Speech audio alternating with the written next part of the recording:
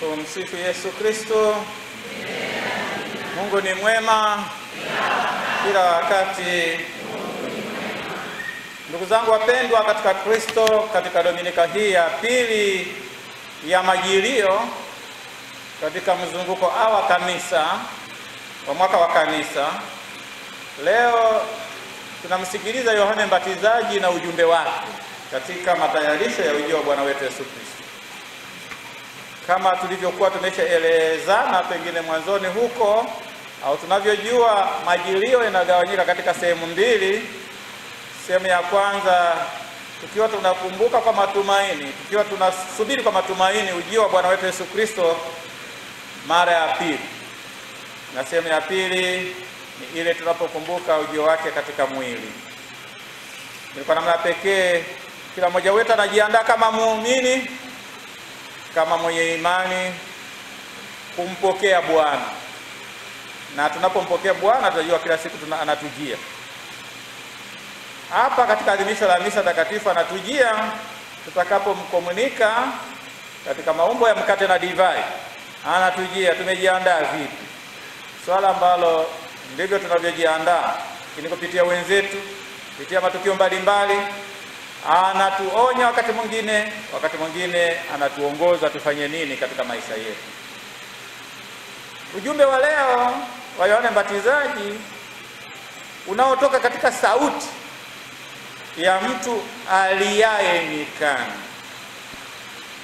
Hiyo ni sauti ambayo sio kwamba tu ameanza ghafla, alitabiriwa na manabii. Tumesikia katika Injili ya leo. Huyu ndiye sauti ya mtu aliaye nyikani. Na ndio maana tunaielewa vile nyika katika maisha yetu. Nyika sehemu ilivyo. Wakati mwingine nyika inafanana na jangwa, na palipo na jangwa hakuna mazao, hakuna matunda, hakuna kijani yoyote, hakuna mvua, hakuna maji. Na ni kama hilo tunakumbuka katika sekwensia yetu tunapomwomba Roho Mtakatifu atujie. Sapanyeshe pakavu pe. Panafanana na jangwa hilo. Katika maisha yetu kuna pakavu hapa. Papate maji ili pazae matunda. Papate rutuba ya kuweza kuzalisha matunda mazuri ambayo yataonekana katika maisha. Kwa sababu hiyo, nyika hiyo ambayo inasikika sauti hiyo, vile nyika hiyo ambayo yuko ndani mwetu, tunayoweza kuiangalia katika leo nyika, mambo mbalimbali yanayotupindisha, yale ambayo yanafanya tuchenge, tusiende na imani yetu, au tupoteze mwelekeo, au tusiwe na umoja tena, au tusionane kama binadamu, na kwa sababu hiyo tutukanane au tudharauliane, na tuweze kuwa na kiburi wakati mwingine na majivuno na kunyamazisha watu wengine. Yote hiyo ni nyika ambayo iko ndani mwetu. Na haya katika ulimwengu wetu wa leo ndio mengi sana ambayo yanaweza yakatutatiza katika imani yetu. Na mambo mengi, kuna utajiri. Mtu mwingine anataka kuwa tajiri. Kwa sababu hiyo, ili kutafuta utajiri, mtu anakuwa binafsi na hajali tena maisha ya mwingine. Ni vile sifa. Tunapenda kusikia wakati mwingine sifa tu, lakini tunapokosolewa hatupendi kusikia huyu anayetukosoa. Tunapenda kusikia yale ambayo masikio yetu yanataka kusikia. Lakini vile madaraka yanaweza katulewesha, yanaweza kafanya tusiwe tena na hamu ya kumsikiliza au kusikiliza ujumbe wa sauti hiyo. Ni sauti inatoka nyikani, kwa hiyo lazima kuisikiliza sauti hiyo.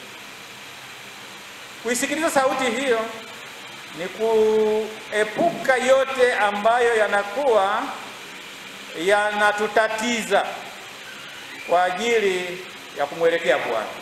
Yale ambayo yananifanya mimi nichukiane na mwenzangu, nichukiane na familia yangu, nichukiane na wenzangu naoishi nao, nionekane mimi ni wa maana kuliko watu wote. Yote haya yanafanya pale ambapo ni pakavu pawe pakavu zaidi. Ndio maana tunasema panyeshe pakavu petu, ili paweze kuzaa matunda. Lazima tuende paweze kuzaa matunda, na panapozaa matunda hapa nitawaona wenzangu ni sura na mfano wa Mungu, na kwa sababu hiyo nitakuwa mkweli, sitakuwa mdanganyifu. Nitahakikisha kwamba namuona Mungu ndio ukweli wenyewe, na si kwa ajili ya kumiliki ukweli niwe nao mimi mwenyewe. Kwa hiyo yote haya lazima kuyaangalia. Ndio hiyo sauti. Lakini sasa sauti hiyo kuisikiliza ni muhimu. Ulimwengu wa leo unafanya tusisikie hiyo sauti ambayo inatoka nyikani. Tengenezeni njia ya Bwana. Na inapotueleza hivi katika kelele tulizo nazo, tunashindwa kutambua kama tayari inaita, kama sayari inasema. Masikio ya ndani yanatengenezwa na kujifunza kukaa kimya, kuwa katika utulivu na kufanya tafakari ya kina ya maisha yetu daima. Na mara nyingi tafakari hii inafanyika na familia zetu. Tuwe karibu na familia zetu, tuwe karibu na watoto wetu, ili watoto hawa wajifunze maisha, wajifunze kumjua Mungu, wajifunze kuenenda kadiri Mungu anavyopenda, kadiri ya mapenzi ya Mungu, waweze kutenda inavyowapasa watoto wa Mungu, kama tunavyoahidi katika ubatizo. Tutawalea watoto wetu washike amri za Mungu, tutawalea watoto wetu wawapende wenzao, na katika kukua huko tutakuwa na uadilifu zaidi, na ambao ni waadilifu wako tayari kukosolewa. Na ndio maana tunapoangalia watakatifu, walipenda sana kiti cha rehema, kiti cha kitubio, kuonana na Kristo mpatanishi kati yetu na Mungu na wenzetu. Kwa maneno mengine, waliungama mara nyingi, na anayeungama ni yule anayetumia vizuri dhamiri yake, ni yule ambaye anapekua mahusiano yake na Mungu, mahusiano yake na jirani, mahusiano yake na kanisa. Pengine ameenda kinyume, pengine analiuza kanisa lake. Kwa hiyo ndio maana hii sauti tukiisikiliza vizuri itatupeleka kwenye uangavu wa kiroho, na katika uangavu wa kiroho tunaweza kushinda sasa njia tunaweza tukazishinda njia zilizopinda, tukazitengeneza, tukazinyosha. Tunaweza tukashinda dhambi za siri, zile ambazo nafikiri watu hawatuoni, mipango na mikakati kwa ajili ya kuumiza watu wengine. Yote hiyo tutashinda, kwa sababu mwisho wakati Mungu atatawala katika maisha yetu. Ni muhimu sana. Lakini vile vile tunapoisikiliza sauti hii inayotuambia tujiandae vizuri, ujumbe wa sauti ni tubuni, tuweze kutubu, tuweze kumjua Mungu. Ndio maana sasa siku zile aliondokana Yohana Mbatizaji akihubiri katika nyika ya Uyahudi na kusema, tubuni kwa maana ufalme wa mbinguni umekaribia. Fanya toba. Na toba inayoongelewa hapa ni kubadili fikra zetu, na acha dhambi, lakini vile vile nijue Mungu ni nani kwangu. Mahusiano yangu na Mungu ni Baba, na kwa sababu hiyo nimpende, kwa sababu namfahamu Baba, nampenda Baba, namtumikia Baba, simuogopi Baba, nampenda. Sababu mwisho wakati lazima niwe katika nyumba yake kila wakati. Vile vile na waangaliaje wenzangu ni maadui, wanahatarisha uwepo wangu au ni ndugu zangu. Yote haya tunaitwa katika sauti hiyo kutubu. Lakini vile vile hata mazingira nayoishi na yaangaliaje. Na yote haya kwa ujumla yanafanya mtu aweze kuishi vizuri maisha yake ya kiroho. Ndio maana katika sauti hiyo anasema tutoe matunda mazuri. Sio tu kumtumainia Yesu katika kutoa matunda ya toba, bali tuweze kuwa watu wa haki, upendo, unyofu, upatanisho, na sio tu kusali kwamba nasali, lakini tuangalie tunayo haki, tuangalie tunayo upendo, tuangalie tunayo unyofu, lakini tuangalie kwamba tunaongozwa na upatanisho. Na wale wanaoongozwa na upatanisho ni wale waliojaa msamaha. Ni fadhila yake Mungu kuwa na msamaha kwa watu wote. Lakini pamoja na hayo, lazima matayarisho haya yote yatawaliwe na ujasiri. Na tunapoona ujasiri, tunaona ni kipawa cha Mungu, kipawa cha Roho Mtakatifu kwetu. Atujalie ujasiri. Ifike kipindi niseme sasa basi, maisha yangu niliyaweka mbali. Maisha yangu niliyaweka mbali na familia yangu, mbali na mwenza wangu wa ndoa, mbali na wenzangu naoishi nao katika jamii, mbali na kanisa langu. Sasa narudi. Ni ujasiri. Sauti ndani mwangu inaniambia nijirekebishe, nisiwe na kiburi, niwe tayari kupokea kwa ujasiri. Na kwa sababu hiyo naona tunapojiandaa kwa ajili ya ujio wa Bwana katika Christmas, si tu ujio wa kupamba vizuri mitaa yetu na nyumba zetu kwa miti ya Christmas, lakini ni kupamba mioyo yetu ambayo inatokana na ujasiri tulio nao kupokea ukweli. Ujasiri. Mioyo yetu inyoshwe na sauti hiyo ya toba ambayo Mungu anatuambia ufalme wa Mungu umekaribia. Tubuni. Tubuni, muwe karibu na Mungu, muwe na hofu ya Mungu, msije mkawa mbali na Mungu. Lakini si hilo tu. Kimwangalia Yohana Mbatizaji ni nabii. Ni nabii ambaye alitumwa na Mungu mwenyewe. Hasa tukiangalia katika kupasha habari kwake Zakaria kwamba atakuwa na mtoto, yaliyotokea. Ni nabii huyu mtangulizi wa Yesu. Kama Yohana Mbatizaji ni nabii na amewaambia watu kama sauti ya mtu aliyeyenyekana, kutengeneza mapito ya Bwana, kusambaza pale ambapo pameinuka pawe hapana milima tena, yani viburi na vyote kama hivyo.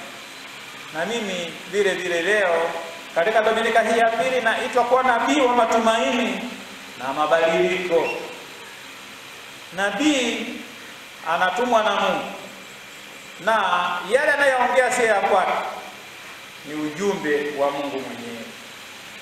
Na leo sisi kama manabii wa matumaini na mabadiliko, ni manabii wa ulimwengu wa kisasa, ni manabii wa ulimwengu wa sayansi na teknolojia, ni manabii wa ulimwengu wa utandawazi, kuhakikisha kwamba tunapeleka ujumbe kwa watu wa leo.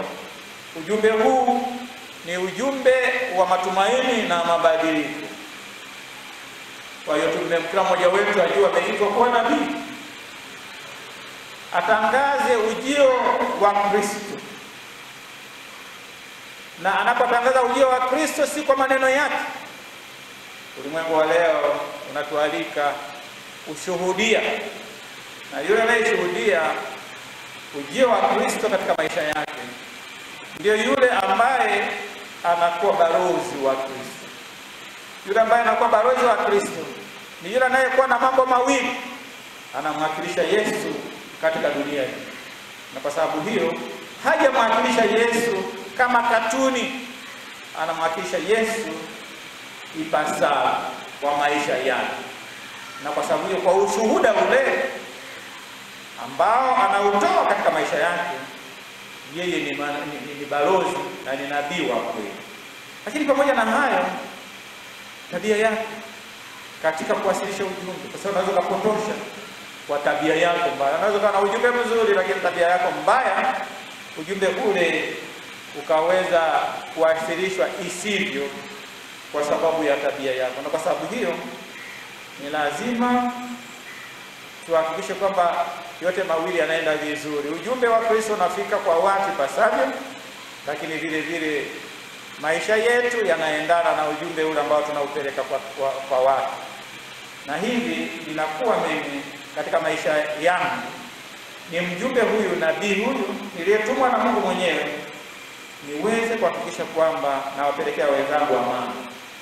Na aliye na amani ni yule ambaye ana utulivu na upendo, ni yule ambaye anawasamehe wenzake, ni yule ambaye yuko tayari kupokea mabadiliko na kupokea hata maonyo na kupokea hasa vile vile usahihisho kwa amani, haki na uhuru mtukufu wa ufalme.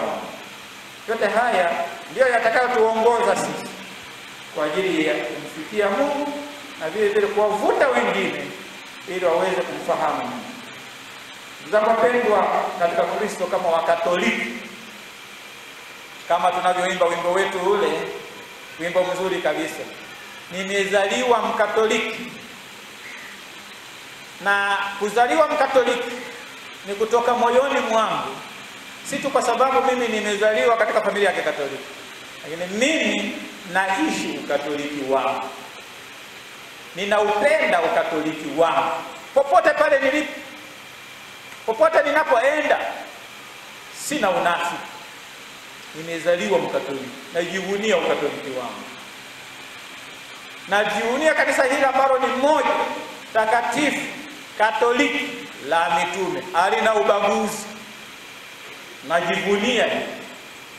Najivunia kanisa hili kutoka kwenye dhamiri yangu, si juju tu, si kwa unafiki, si kwa sababu watu wanaangalia kwamba na yeye ni Mkatoliki, si kwamba naangalia watu saizi hawapo nianze kusengenya kanisa Katoliki. Hapana.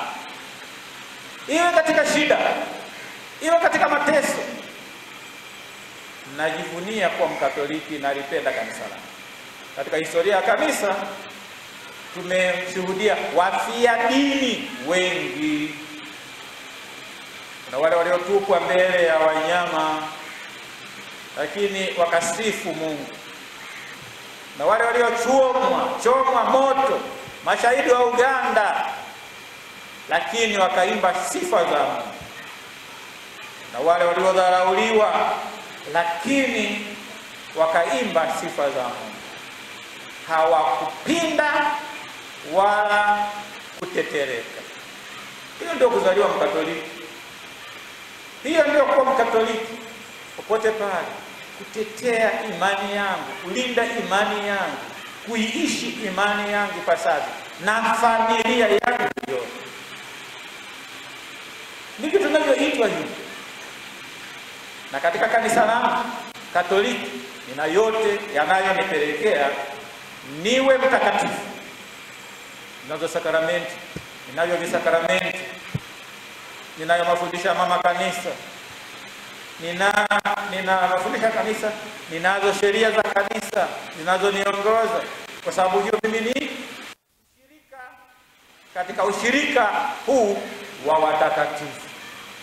Ndio maana katika kukiri imani nasema ninasadiki katika ushirika huu. Sinodi ya maaskofu inatukumbusha katika hili ushiriki na umisionari. Ushirika najisikia nilipo katika Matendo ya Mitume, wakiwa na roho moja na moyo mmoja kumwelekea Mungu, na waliweka vitu vyote shirika. Mwenye shida alipiga hodi akasaidiwa, ndivyo inavyotakiwa. Na katika ushirika ndio hapo tuna huduma, tunasaidiana. Na katika safari yetu hii, katika ubinadamu wetu huu, ndio maana kila mara tunahitaji toba, uongofu wa kila siku, kujongea kitubio, ili Bwana tawale maisha yetu kila siku. Ukiongea kitu, ili Bwana tawale maisha yetu. Sifanyi mazoea, ninaishi imani yangu. Ni muhimu kabisa katika hili.